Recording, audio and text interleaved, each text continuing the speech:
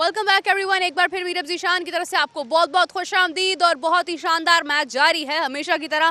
Tournament कुछ ही दिन बाकी हैं और अपने इख्तिताम को है, यानी आप कह लें कि 3 से 4 दिन और है और उसके बाद जब हम फाइनल देख रहे होंगे काफ़ी सारी टीम्स जो हैं वो हमारे सामने। अगर हम बात करें एफबी एरिया टाइगर्स जो कि अभी तक अनबीटेबल रहे हैं, 5 मैचेस खेले और 5 के 5 ही विन किए हैं, नंबर 1 पर हैं। उसके बाद आहिस्ता आहिस्ता देखते हैं तो लास्ट में अफसोस के साथ लयारी ईगल्स और गुलशन स्टैलियंस जो हैं वो लास्ट में है, लेकिन हो सकता है कि कुछ ऐसी तब्दीली आ जाए कि शायद ऊपर नीचे कुछ हो जाए। इस हवाले से गुफ्तगू करते हैं। स्पेशली इस वक्त चैंपियंस ट्रॉफी की बहुत सारी डिस्कशन जो है वो जारी है।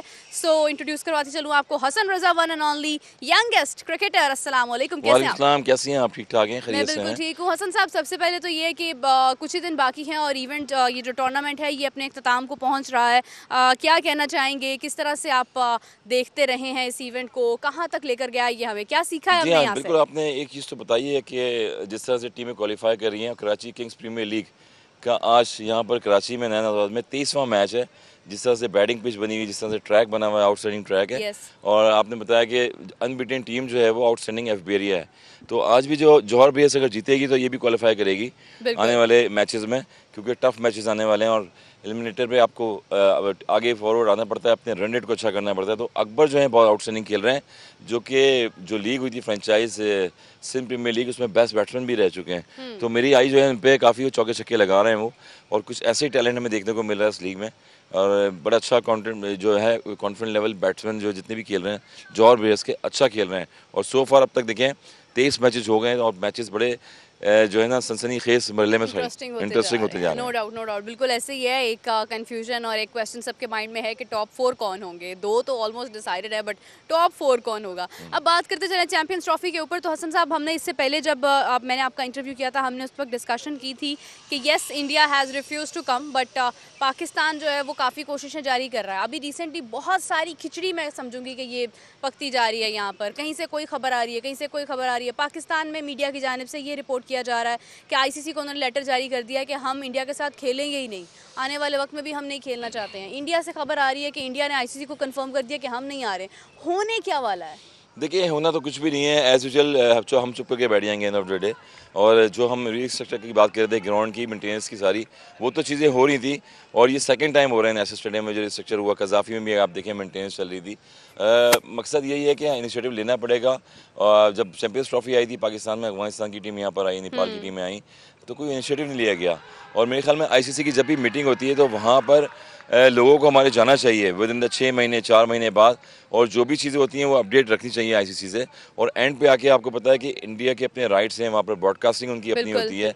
और हमारे यहाँ पर जो है जो भी रेवेन्यू होता है, हर जो बोर्ड है क्रिकेट बोर्ड, उसका अपना अपना रेवेन्यू होता है। तो मेरे ख्याल में रेवेन्यू की बात यही आई है कि अब मैचेस तो यहाँ पर नहीं हो रहे, तैयारियाँ ज़ोरों शोर से चल रही थी।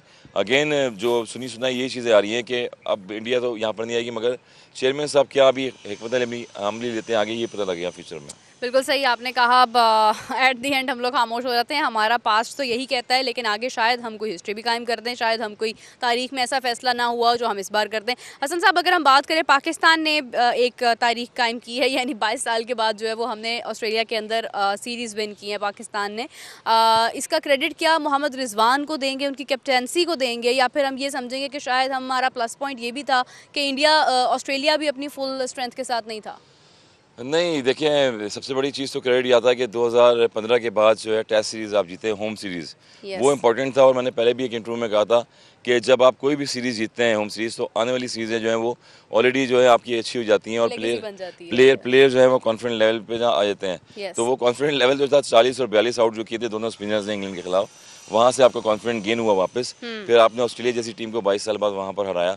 तो ये तो इनिशिएटिव एक तो आकिब जावेद का मिल गया, और दूसरा जो इनिशिएटिव हो गया, चेंजेस जब भी होते हैं तो कोई भी कैप्टन होता है उसको क्रेडिट मिल जाता है। तो क्रेडिट रिजवान को भी मिल गया, क्योंकि लास्ट 1-2 साल से T20 में पाकिस्तान टीम हारती भी आ रही थी।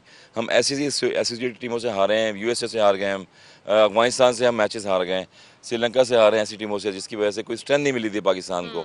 शान मसूद पे काफ़ी डिबेट हो रही थी कि वो परफॉर्म नहीं कर पा रहे इंडिविजुअली, वो टेस्ट में कप्तान बने, बांग्लादेश की सीरीज हम हार गए थे। बिल्कुल ऐसी है, लेकिन फिर हम इंग्लैंड से जीत गए। तो ये कॉन्फिडेंस लेवल बड़ा अच्छा है। पर रिजवान जो है वाइट बॉल के कैप्टन है, और अब ये मोमेंटम को बरकरार रखना है आगे फ्यूचर में, क्योंकि चैंपियंस ट्रॉफी आ रही है।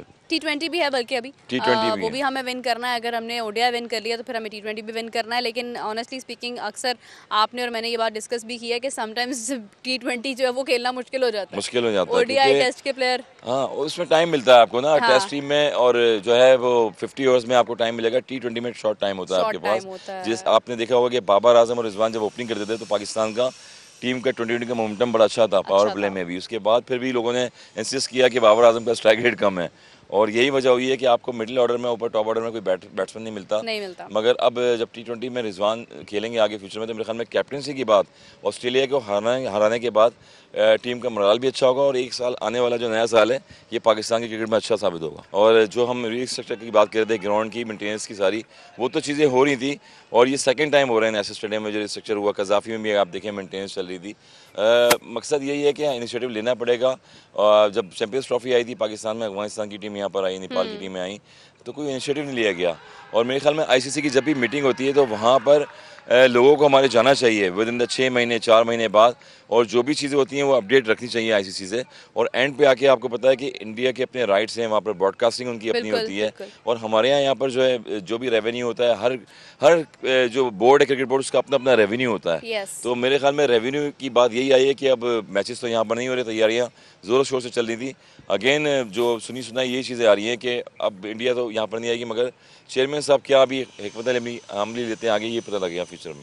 बिल्कुल सही आपने कहा। अब एट दी एंड हम लोग खामोश हो जाते हैं, हमारा पास्ट तो यही कहता है, लेकिन आगे शायद हम कोई हिस्ट्री भी कायम कर दें इंशाल्लाह। मोहम्मद रिजवान काफ़ी होपफुल हैं भी कि शायद चैंपियंस ट्रॉफी भी वो विन कर जाएं।